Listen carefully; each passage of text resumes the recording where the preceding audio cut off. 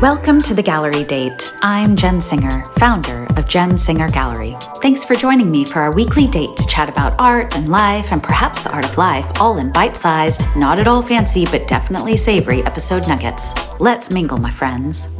Don't forget to press record, Jen. Hey there. Thanks so much for joining me today for our gallery date. I have to start the show off today on a more solemn note than usual. As of the filming of this episode, writer Salman Rushdie is laying in a hospital bed after being brutally attacked in New York. We know that he's on a ventilator, unable to speak. He will likely lose an eye. We also know that the nerves in his arm were severed and that his liver was damaged by the stabbing.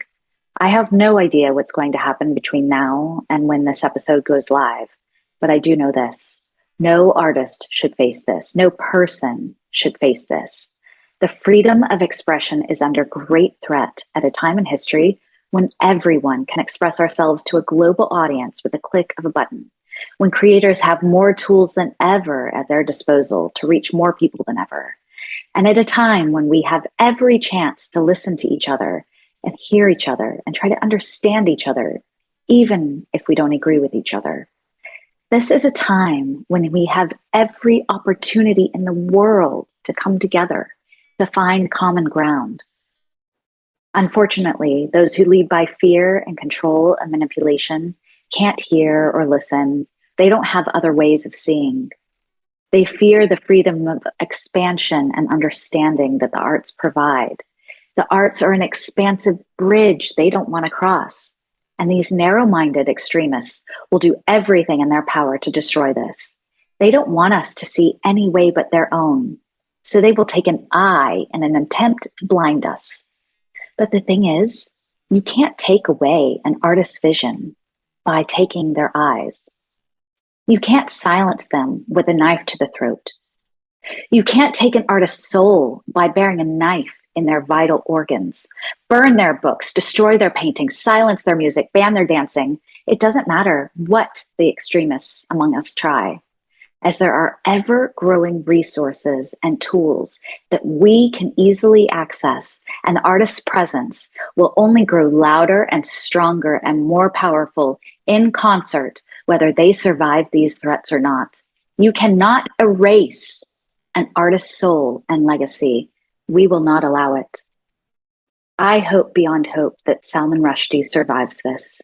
But either way, his life's work will live far beyond the lives of those that tried for decades to silence him. We're lighting a candle for you, sir. Oh, it's Brooklyn. He wanted to show off his new haircut. Did Daddy shave you? Brooklyn, your new haircut really accentuates your wonky ear. You know, one of my favorite things about this podcast is the connection that is happening with the viewers and listeners who have sent in some really wonderful, very supportive messages and have submitted questions. Please keep them coming. Thank you for sending them. I make my very best effort to personally respond to each message, so I hope to hear from you soon. A couple of different questions that have come in from two different viewers have been combined. They're very similar. So we put them together, and thank you to Audra and Lisa for sending these in. Question number one: how does your background in the arts and in dance specifically inform how you select the visual artists you work with? I love this question because I've been so fortunate to be able to learn from and work with artists throughout my life. And that's informed not only my career path, but also how I choose artists to work with. From a very young age, I was able to see and experience art. I grew up in Fort Worth, Texas, Cowtown. And I spent most of my childhood going to see Fort Worth ballet performances. And that's back when it was under the direction of Paul Mejia, who was a former New York City ballet dancer and the ex-husband of Balanchine protege Suzanne Farrell. So it was incredible to also have the chance to be taught by both of them and learn from both of them. I feel like watching Balanchine ballets for years from a very early age didn't just enrich my appreciation for ballet and music, but for the visual arts as well. You learn in dance to tell stories, to create a visual language with your body and movement. And the stage is like a canvas. It is painted with carefully curated lighting and costumes and sets. And the influence of Balanchine's contemporaries of the time on some of my favorite Balanchine ballets is evident to me now. But back then, it was just like this visual feast being coded into my brain. And it really set the bar for how I see and experience art now. It set the bar really high. So fast forward to working in galleries and then opening my own. I had to decide from the very beginning who I wanted to work with. And I already had a list of artists that I already knew and followed for a while. And I do follow artists for a while, usually before I reach out to them. I'm a lurker. But what I believe is the key to success for an artist is having a body of work that, even if it morphs and changes over time, there's always this thread that connects the body of work so that when someone sees it, they know it's yours. There's such a strong, unique, and identifiable voice to the work that they know it's your work. So when I look for artists, I look at their work over time. I look for a consistent voice. I watch them on Instagram. Like I said, I'm a lurker. and then, I notice that there's a reoccurring voice or that thread that ties a body of work together, which is the key to finding a great artist. And this isn't to say that an artist's work can't change or vary over time, but there's always that one thing that carries through and ties the work together overall. So I have this dear friend, the lovely and beautiful Sharon Astasio, who I've known since we were 18, and we were both students at NYU's Tisch School of the Arts in their dance department. She lives in Italy now, and she's actually responsible for my marriage. She introduced me to my husband, and she is one of the most talented artists that I've had the pleasure of knowing and being inspired by.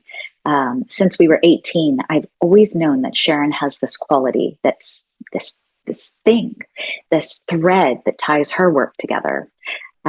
She's a brilliant choreographer, a brilliant dancer, and a brilliant performer of other people's works. And when you see her perform, there is something. There is a specific gaze that she has, a specific way that she moves her body, and a specific intensity and a groundedness about it. It's beautiful. When she's on stage, you can spot her so easily because your eye will just always gravitate to her. And this is exactly what I look for in an artist of any sort. This is the quality that you want to see. It makes you feel something. It catches your eye and you gravitate towards it. And even though it changes and the choreography is different, or the paintbrush is different, or the colors are different, or the medium is different, there is that thing that is always consistent, the voice that is strong and ties all of the work together. So that's it. That's how I choose artists to work with. The end. Next up is a family story. I'm going to tell you about the time my mother tried to hire a hitman, a voodoo hitman, to bump my husband off via Facebook. She found a voodoo hitman on Facebook and she thought, oh, great, this is how I can get rid of my son-in-law. Families. He's totally fine. He's alive and well. But yeah, it happened, people. It happened. All right, next. Okay, since we started the show on a more serious note, I thought we'd skip a second viewer question this week so we can get straight to our crazy art world news. This week's story comes from Sarah Cascone for Artnet. The headline reads, "A woman allegedly paid a psychic to convince her mother her art collection was cursed and then stole over $137 million worth of art." The headline pretty much says it all, but basically, a 48-year-old Brazilian woman allegedly defrauded her 82-year-old mother out of $142.42 million worth of art, jewelry, and money. I mean, I think this would be a fantastic Netflix original movie, so if anyone knows anyone out there at Netflix, tip them off on this gem of an unbelievable story. And give Sarah the credit. By the way, I have no idea how to say this family name, so I'm totally going to butcher it. It might be Bogichi, Bogucci, Bagazi. I say Bogucci, you say Bagazi. I don't know. Let's call the whole thing off. Anyway, this family had a serious Brazilian art collection, and the crazy daughter Sabine hired a psychic to approach her elderly mother on the street to warn her that her daughter was going to die. Sabine told the psychic all kinds of personal details about her mother and helped convince the poor old lady to make large payments for spiritual treatments. The mother got suspicious, naturally, and tried to stop the payment, so her daughter confined her to her home and physically threatened her. While there, the daughter and the psychic told the mother that the valuable paintings from her collections were cursed and that they had to take them away to be prayed over. Ay, ay, ay. Investigators finally intervened. They found works valued at over $59 million stashed under a bed at one of the psychic's homes in Rio de Janeiro's Ipanema neighborhood. This is not the girl from Ipanema you want to know, I can tell you that. Anyway, didn't she know she'd totally get caught? Turns out she was a pretty shit psychic and human being. And I really hope that Mama Baguchi, or whatever her name is, gets her revenge. You say Bagazi, I say Bagazi.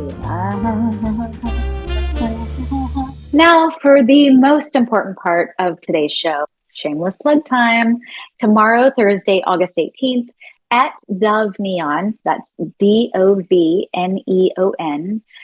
is dropping a few small-scale prints and NFTs in his new digital artwork series called Imperial Ether.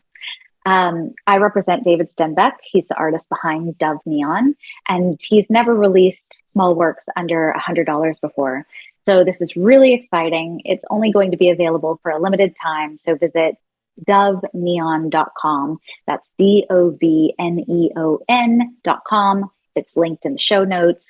Emails with a link to the new work are going out to everyone on Thursday.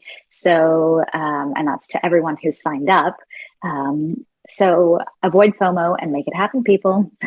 Okay, that's a wrap. Thank you so much for tuning into The Gallery Date. Join me for our date every Wednesday for a bite-sized episode on thegallerydate.com. Thanks again for joining me, and I'll see you soon.